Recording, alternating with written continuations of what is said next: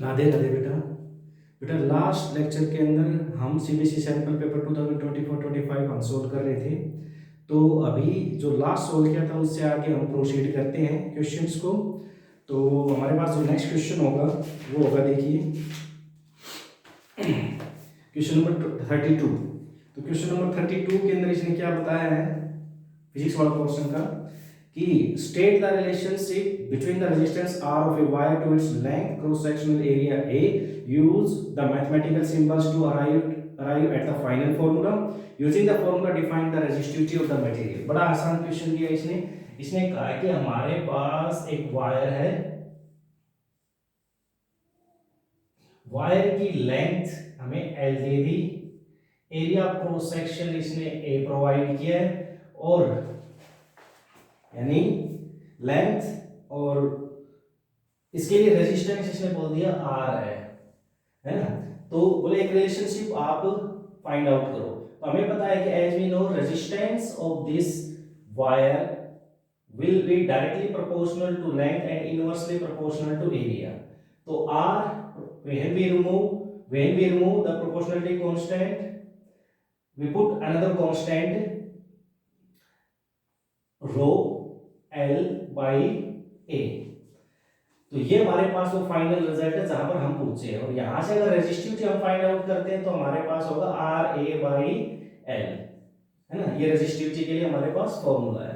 तो डेफिनेटली यहां पर अब रेजिस्टिविटी को डिफाइन करने के लिए मैं क्या करूंगा, मैं मान लेता हूं लेट, यानी ये जो कंडक्टर है उसका एरिया क्रॉस सेक्शन आप 1 मीटर स्क्वायर मान लीजिए, लेंथ इसकी आप 1 मीटर मान लीजिए। अगर ऐसा है तो इस मटेरियल की जो रेजिस्टिविटी है वो इसके रेजिस्टेंस के बराबर हो जाएगी, यानी the resistivity of this conductor is equals to its resistance when its length is 1 metre and its area of cross section is 1 metre square. तो ये हमारे पास था बेटा 32 क्वेश्चन। अब सेकंड क्वेश्चन नंबर 33 जो हमारे पास है उसके अंदर हमें एक छोटा सा डायग्राम दे रखा है। तो उस डायग्राम के अंदर क्या बताया बेटा वो देखिएगा। उस डायग्राम के अंदर इसने कहा कि एक अरेंजमेंट है,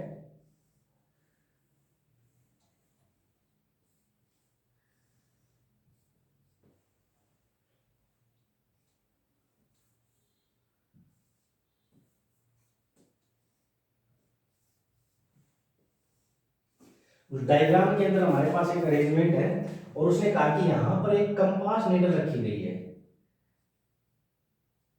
एक कंपास नीडल यहां पर रख दी।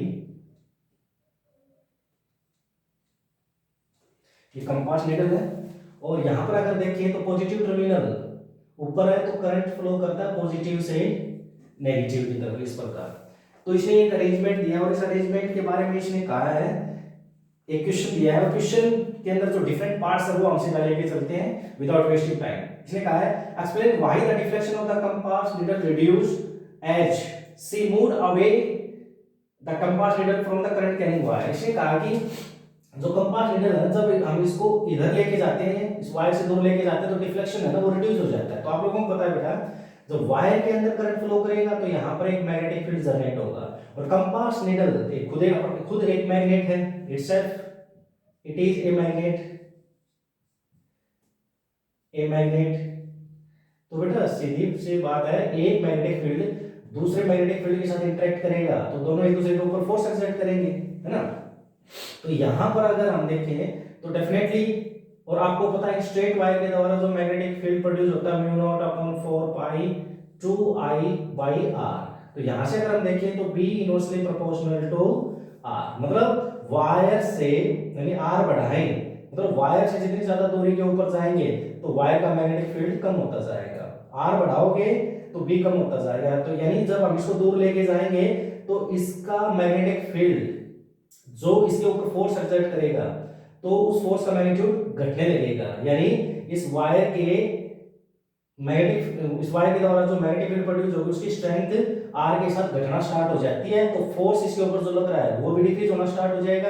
तो that is why deflection will reduce, यानी पहले पार्ट के अंदर हम बोल सकते हैं कि when distance from the wire increases strength of the magnetic field produced due to the wire will also decreases and the magnetic effect on this needle will also gets reduced.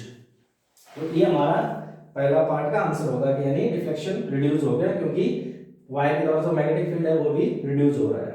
Second, इसने कहा कि mention one thing that could have changed in the circuit of the wire that could increase the deflection of the needle. मतलब इस wire के अंदर मैं ऐसा क्या चेंज करूं, क्या बढ़ाऊं कि डिफ्लेक्शन इसमें बढ़ जाए. तो डेफिनेटली आपको पता है यहां पर दिख रहा है सेकंड पार्ट के अंदर देखें तो B directly proportional to I है. यानी इस वायर के अंदर करंट जितना बढ़ाओगे strength of the magnetic field उतनी ज्यादा इंक्रीज हो जाएगी यहां पर. ठीक है ना, जितना ज्यादा करंट बढ़ाओगे इसके मैग्नेटिक फील्ड की स्ट्रेंथ उतनी बढ़ेगी तो इसका जो इफेक्ट इसके ऊपर उतना ही ज्यादा होगा. तो सेकंड यानी इफेक्ट डिफ्लेक्शन कैसे बढ़ेगा, करंट का मैग्नीट्यूड बढ़ाने से. और थर्ड वन हमारे पास क्या है, explain with reason what will be the direction of magnetic field associated with the wire for the case described by the above figure.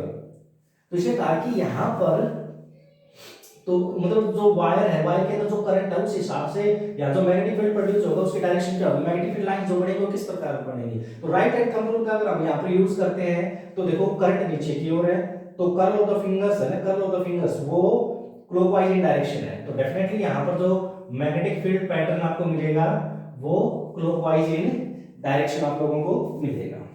तो ये हमारे पास 33 क्वेश्चन था, क्वेश्चन नंबर 33. अब हम आते हैं क्वेश्चन नंबर 36.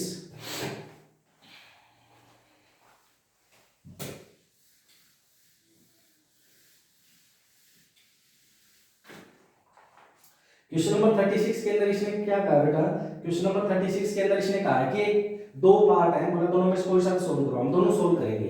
तो इसने एक अरेंजमेंट दे दिया, इसने एक बैटरी दे दी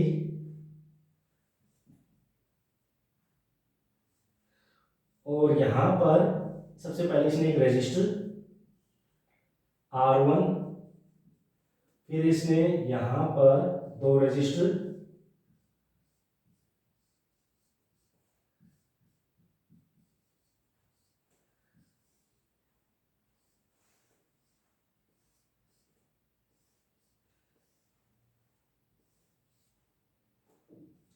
टू एम्पियर करंट, यहां पर 2 ओम इसका रेजिस्टेंस, R1 है, यहां से करंट कितना जा रहा है 2 एम्पियर और यहां पर ये रेजिस्टर R2 है और यहां पर इसका रेजिस्टेंस दे दिया 4 ओम और यहां पर करंट इसने 1.5 एम्पियर एंटर कर रहा है, ये इसने क्वेश्चन में कहा है.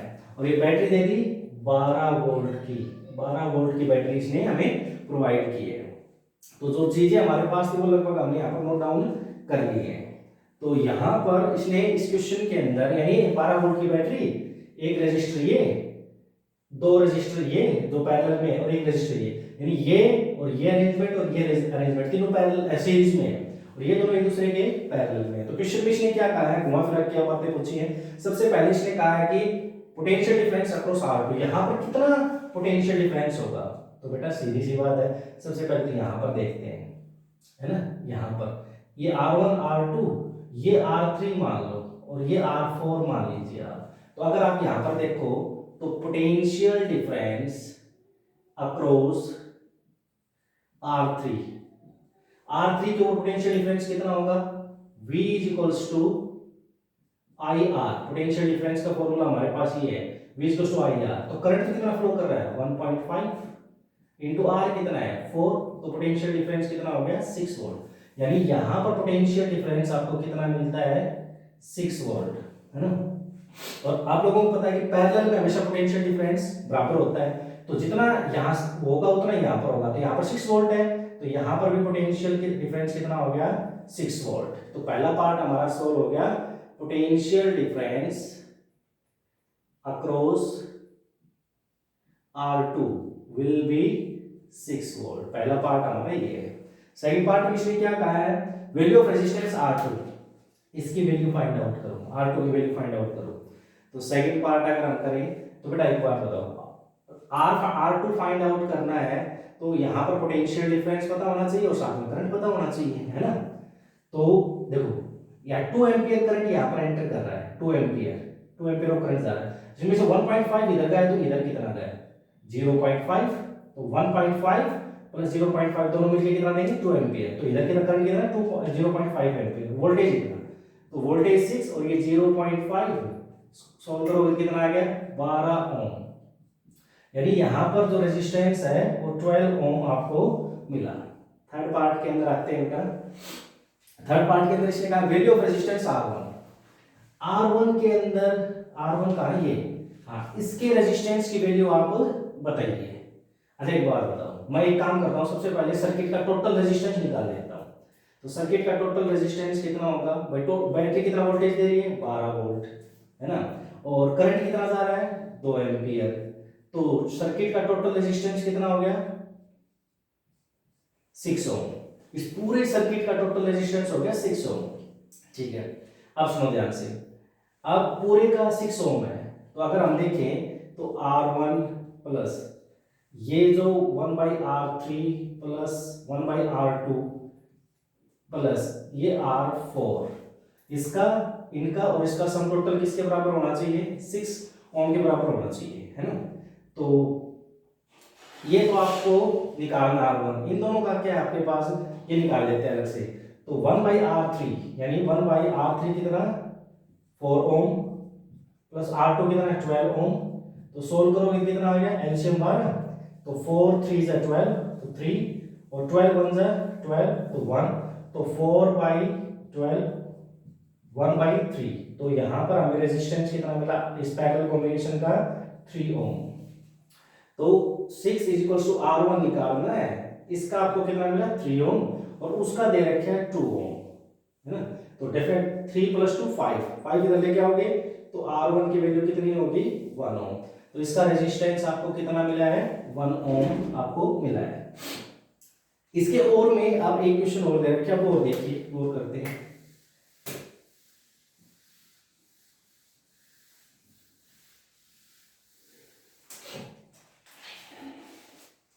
तो एक डायग्राम दे रखा है क्वेश्चन में, और यहां 15 वोल्ट की बैटरी दे दी, यहां पर एक कोई अरेंजमेंट दिया है, दिस इज द R1, ये यहां पर एक दूसरा अरेंजमेंट बल्ब B मान लो बल्ब दिया है या वो कुछ पढ़ेंगे अभी, और ये R2 और यहाँ पर ये इसके साथ कनेक्ट, और यहाँ पर पोटेंशियल डिफरेंस V, है ना। तो यानी पोटेंशियल डिफरेंस नहीं वोल्टमीटर, सॉरी ये वोल्टमीटर, ये वोल्टमीटर। तो बेटा इसमें क्वेश्चन क्या क्वेश्चन में क्या कहा है कि दो लैंप दे रखे हैं A और B are the two lamps, lamp A is rated, यहाँ पर इसने बोल दिया कि इसकी पावर रेटिंग दे रखी है 12 वोल्ट और 24 वाट, ये इसने दे दिया 24 volt and sorry 12 volt and 24 watt. Lamp B rated है इसकी 6 volt. Lamp B operate at rated voltage, the current it is in 3 ampere. बोला इसमें करंट फ्लो कर रहा है ना, वो 3 एम्पियर करंट फ्लो कर रहा है इसके। The values of R1 and R2 are so chosen so that both lamps operate at their rated voltage. तो R1 और R2 और R2 की वैल्यू को इस प्रकार से सिलेक्ट किया गया है कि दोनों अपने रेटेड वोल्टेज के ऊपर काम करेंगे चलेंगे। The based on the information given answer the following। सबसे पहले इसने क्या पूछा क्वेश्चन में, सबसे पहले इसने क्या पूछा calculate the current in the lamp A के अंदर करंट बताओ, इसके अंदर करंट बताओ। तो भाई सीधा सा है, पावर दे रखी है, वोल्टेज दे रखा है, करंट निकाल लेंगे। P = VI, I = P/V। P कितना है 24 और I कितना है सॉरी V कितना है 12, तो करंट कितना हो गया 2 एम्पियर। तो यहाँ पर करंट आपको कितना मिलता है 2 एम्पियर ऑफ करंट फ्लो करेगा यहाँ पर, और यहाँ पर कितना है 3 एम्पियर। तो सेकंड पार्ट के ऊपर आते हैं। State and give reason for the reading of voltmeter. Voltmeter में कितनी रीडिंग आपको मिलेगी, बट रीजन भी बताना बड़ा आसान है। अब देखिए यहाँ पर 12 वोल्ट है और ये इसके पैरेलल में है ना, तो यहाँ पर भी टोटल कितना हो जाएगा, यानी B और R2 के ऊपर टोटल कितना हो जाएगा 12 वोल्ट। तो 12 वोल्ट इधर 12 वोल्ट इधर, तो वोल्टमीटर की रीडिंग क्या होगी 12 वोल्ट, क्योंकि ये पैरेलल में कनेक्टेड है दोनों। तो रीजन ये पैरेलल में कनेक्टेड और वोल्टेज हो गया 12 volt. Calculate the next part है calculate the resistance of R2। R2 का रेजिस्टेंस आपको फाइंड आउट करना है ना। इसका रेजिस्टेंस फाइंड आउट करना है, बड़ा आसान है। कैसे फाइंड आउट करेंगे भाई, देखो टोटल वोल्टेज दोनों के ऊपर कितना है 12 वोल्ट, और इसके ऊपर वोल्टेज दे दिया क्वेश्चन में 6 वोल्ट, तो इसके ऊपर वोल्टेज कितना बचा, V कितना बचा 6 वोल्ट। भाई टोटल 12 है, 12 में से 6 इसके ऊपर है तो 6 इसके ऊपर बचेगा, तो 6 वोल्ट पोटेंशियल डिफरेंस इसके ऊपर है। और यहाँ पर करंट सीरीज में करंट बराबर होता है, जितना करंट यहाँ पर होगा उतना ही करंट यहाँ पर, तो करंट की वैल्यू कितनी होगी 3 एम्पीयर। तो रेजिस्टेंस R2 किसके इक्वल हो गया V अपॉन I, V कितना है 6 और I कितना है 3, तो कितना हो गया 2 ओम। तो इसका रेजिस्टेंस कितना हो गया आपके पास 2 ओम। तो ये हमारे पास थर्ड पार्ट था। फोर्थ पार्ट जो हमारे पास है वो देखिएगा, तो फोर्थ पार्ट में इसने कहा है find the value of resistance R1। R1 की वैल्यू आपको फाइंड आउट करनी है, R1 की वैल्यू आपको फाइंड आउट करनी है। तो सबसे पहले काम करते हैं, सर्किट के अंदर टोटल करंट कितना फ्लो कर रहा है।